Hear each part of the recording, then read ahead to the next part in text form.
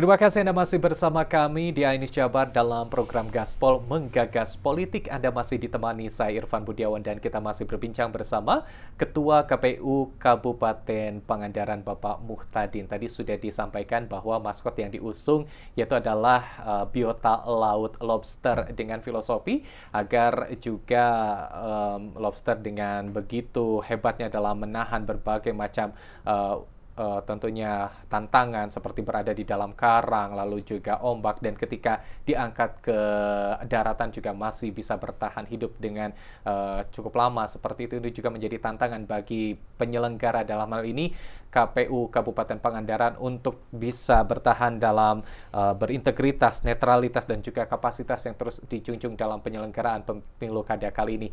Dan kita kembali berbincang bersama Pak Muhtadin. Pak Muhtadin, moto sudah disampaikan tadi.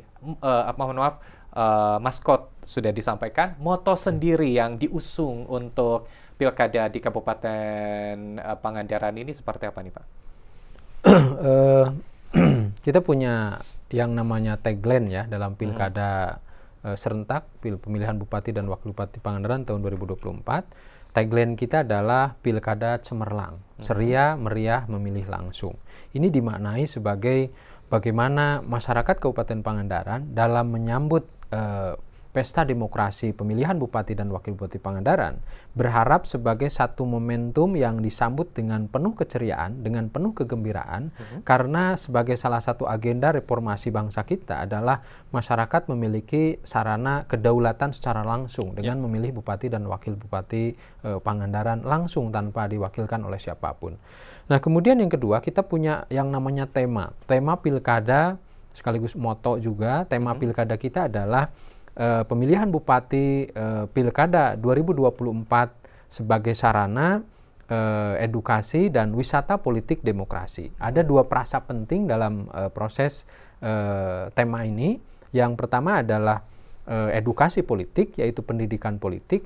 Bagaimana Pilkada 2024 ini kita berharap menjadi satu momentum sebagai sarana edukasi untuk meningkatkan literasi. Literasi dalam arti enlightenment, mencerahkan, memberikan pencerahan kepada masyarakat tentang arti pentingnya demokrasi politik bagi perkembangan masyarakat yang ingin berkemajuan.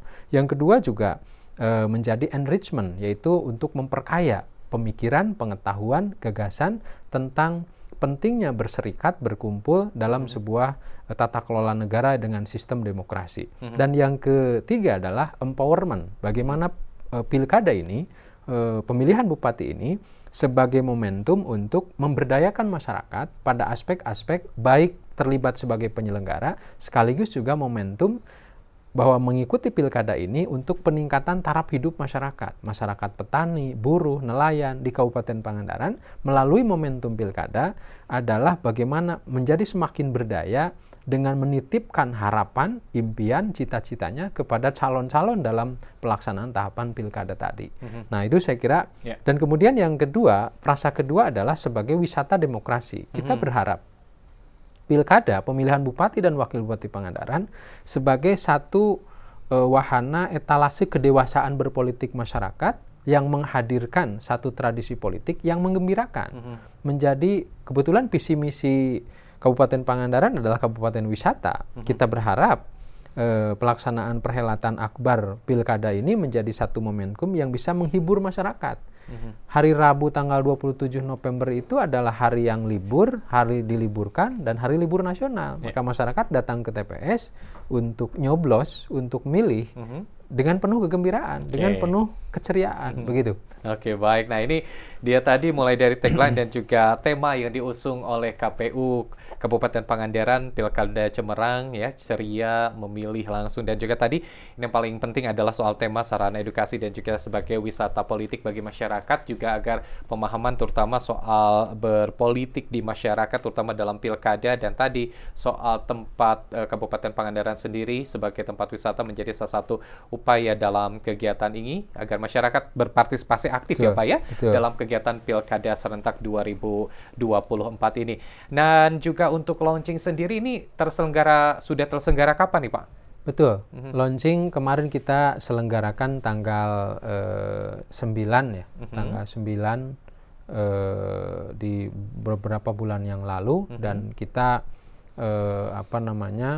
memfasilitasi partisipasi masyarakat, diantaranya ada pagelaran seni budaya masyarakat lokal, kemudian juga kita membudayakan UMKM setempat ketika memfasilitasi kegiatan makan minumnya itu pada pedagang kaki lima kita ajak, kita libatkan dengan metode voucher agar kita berharap sekecil apapun masyarakat di Kabupaten Pangandaran kita berharap terlibat di seluruh proses tahapan pilkada ini. Begitu. Waktu itu tempatnya di mana nih Pak penyelenggaranya sendiri?